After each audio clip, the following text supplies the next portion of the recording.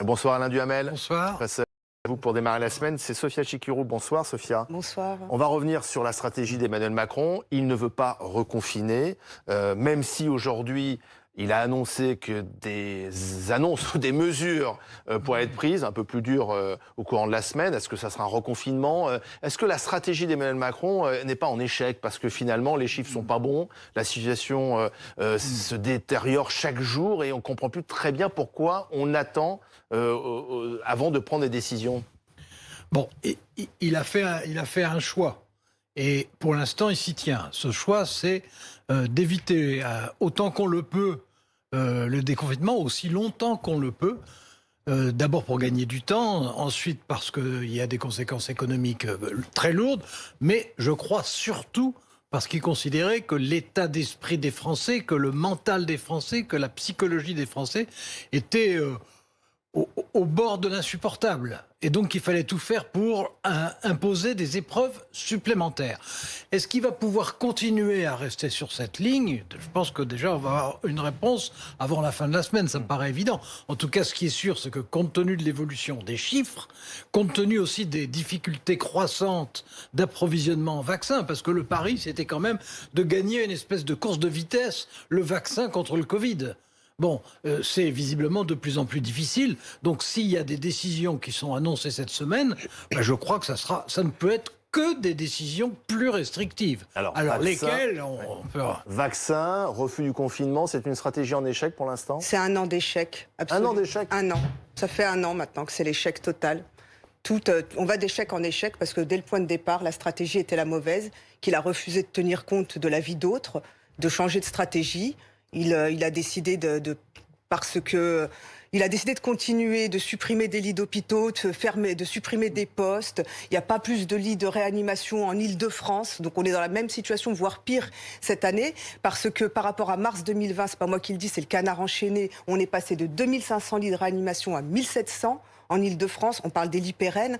Donc c'est une stratégie en échec parce qu'il est buté sur une question très simple qui est sa politique ultralibérale de réduire le budget de l'hôpital au moment où il y en avait le plus besoin. Il a refusé de recruter des internes, par exemple au mois de novembre. C'était encore possible de le faire, notamment pour des grosses régions comme l'Île-de-France. Bref, c'est un échec total. Il n'y a pas de retour en arrière possible. C'est-à-dire qu'aujourd'hui, on ne peut pas mettre en place ce qui n'a pas été mis en place pendant un an. Donc c'est un raté absolu. Les conséquences sont payées par les Français. Tous les Français, malades ou pas malades, positifs ou pas positifs, tout le monde paye les conséquences de ces choix hasardeux, de cette stratégie ratée. Et c'est aujourd'hui, vraiment, si on était dans un autre pays, si la démocratie fonctionnait normalement, on aurait déjà eu le départ de Salomon, on aurait eu le départ de Véran. Et là, aujourd'hui, se poserait sérieusement la question de l'avenir politique d'Emmanuel Macron. Parce que je vous rappelle que Trump a perdu sur sa gestion du Covid, que Merkel est en train de perdre 2 grosses régions qu'elle ne détenait pas, certes, mais le revers pour son parti est magistral dans 2 régions pour sa gestion du Covid.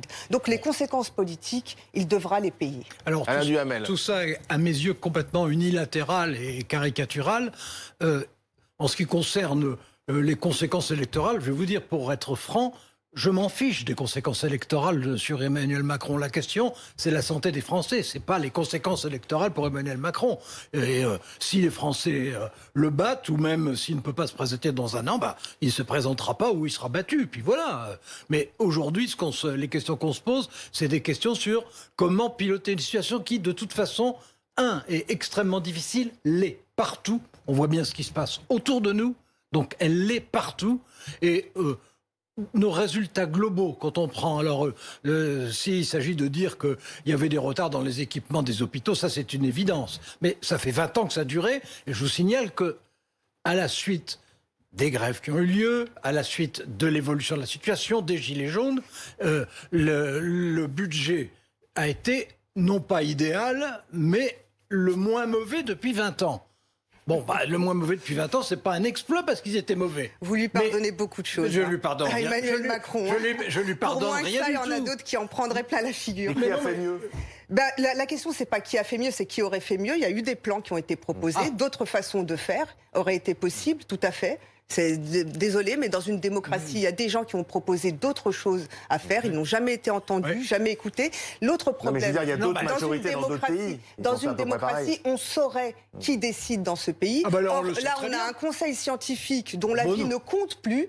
Depuis le 12 février, son dernier rapport n'a même pas été rendu public. Il a dit le contraire On ne sait pas aujourd'hui. ce qu'il y a Il dans a dit ce le rapport. contraire cet Écoutez, après-midi. Le conseil scientifique, il y a encore un mois, c'était devenu son pire ennemi. Il fallait plus le suivre. Les rapports du conseil scientifique ne sont plus rendus publics. Le conseil de défense, on ne sait pas ce qui se passe à l'intérieur, ce qui se dit, comment les décisions sont prises. C'est le principe des conseils de défense. Tout est normal. Voilà, tout va très bien. Non mais arrêtez, hein. Au bout d'un moment, vous avez un conseil scientifique qui est discrédité par le président et le gouvernement lui-même. Vous avez un conseil de défense, on ne sait pas quelles sont les décisions qui sont prises. Mais si on le sait, il les donne le lendemain. Le dimanche, on entend Jean Castex nous expliquer qu'il a parfaitement confiance en ce nouveau vaccin, là, AstraZeneca. Oui. Le lundi, il est suspendu. Peut-être jusqu'au mardi. On verra, on ne sait pas. Cette semaine, peut-être que vous aurez des nouvelles. C'est vrai que sur le vaccin AstraZeneca, si on arrête un instant, sur le vaccin AstraZeneca, on a du mal à suivre, puisque hier, Jean Castex encore en direct, publiquement, disait qu'il faut faire confiance à ce vaccin, et aujourd'hui, Emmanuel Macron le suspend. Non, mais il ne dit pas qu'il ne faut pas faire confiance, il dit qu'il faut attendre la décision des autorités de santé européennes. Oui. Hier, on nous disait qu'il fallait se faire vacciner. Et puis on ne peut pas dire qu'on ne tient pas compte du conseil scientifique, alors même qu'il a dit qu'avant de décider ce qui se passera, on attend, vous le savez très bien, un rapport qui est sur le point de se terminer, mais non, mais qui ne va pas être secret. Écoutez, le 24 janvier, le Conseil scientifique faisait un rapport qui a été publié le 24 février dans lequel il demandait le reconfinement. D'accord ? C'était le 24 janvier. Favorable du reconfinement, absolument. Voilà, exactement. Ce rapport a été rendu public seulement un mois après, c'est-à-dire le 24 février. Prenez le reconfinement. À ce moment-là, tout le gouvernement tombait sur le conseil scientifique et nous expliquait qu'Emmanuel Macron lisait en anglais. En anglais, s'il vous plaît, dans le texte. Les analyses scientifiques mondiales, etc. Donc, on a l'impression qu'il décide tout seul de la situation. Et en tout cas, aujourd'hui, il n'arrive pas à se faire un avis. Alors, soit il est mal préparé, soit finalement, il n'est pas si omniscient que ça. Il faut peut-être qu'il tienne compte de l'avis, non pas pour prendre des décisions politiques, peut-être de l'avis de son opposition. Il y a de l'orgueil chez Emmanuel Macron. Comme il a décidé de ne pas reconfiner. Or, là, je vous donne un chiffre, il vient de tomber. 1152 patients en réanimation en Ile-de-France, c'est plus qu'au pic de la deuxième vague en novembre, au moment où on était confinés. Est-ce qu'il n'y a pas un péché d'orgueil ? Non, mais qu'il ait des défauts et qu'il soit orgueilleux, c'est une évidence. Qu'il ait formidablement envie que la voie difficile qu'il a choisie réussisse. Bah, évidemment, il a envie. Maintenant qu'elle réussisse ou qu'elle ne réussisse pas, de toute façon, on sera fixé avant la fin de la semaine déjà. Alors bon, c'est évident. Si on considère, si le gouvernement considère qu'on peut encore repousser, qu'on peut peut-être éviter, etc., il aura marqué un point. Et si, au contraire, il est obligé de reconfiner, il y aura un point contre lui. Exactement dans la même situation qu'il y a un an, c'est-à-dire qu'on ne sait pas où on va. On va fêter demain l'anniversaire du premier confinement. On ne sait pas où on va. S'il reconfine, tous les pays européens sont au même point. Tous les pays européens ont suivi la même politique de la Commission européenne, qui est une politique ratée. Donc c'est une politique européenne en échec. Totalement. Mais évidemment. Les vaccins, c'est l'échec de l'Union européenne, l'affaire des vaccins.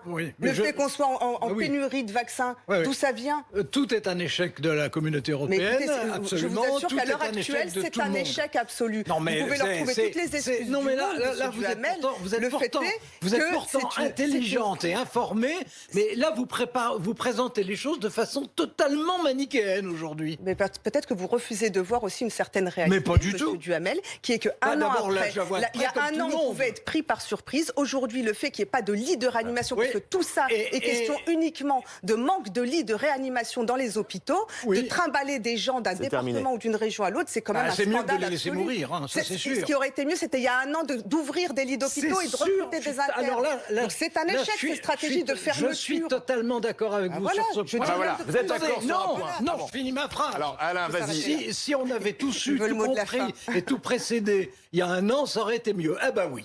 Voilà, merci à tous les deux.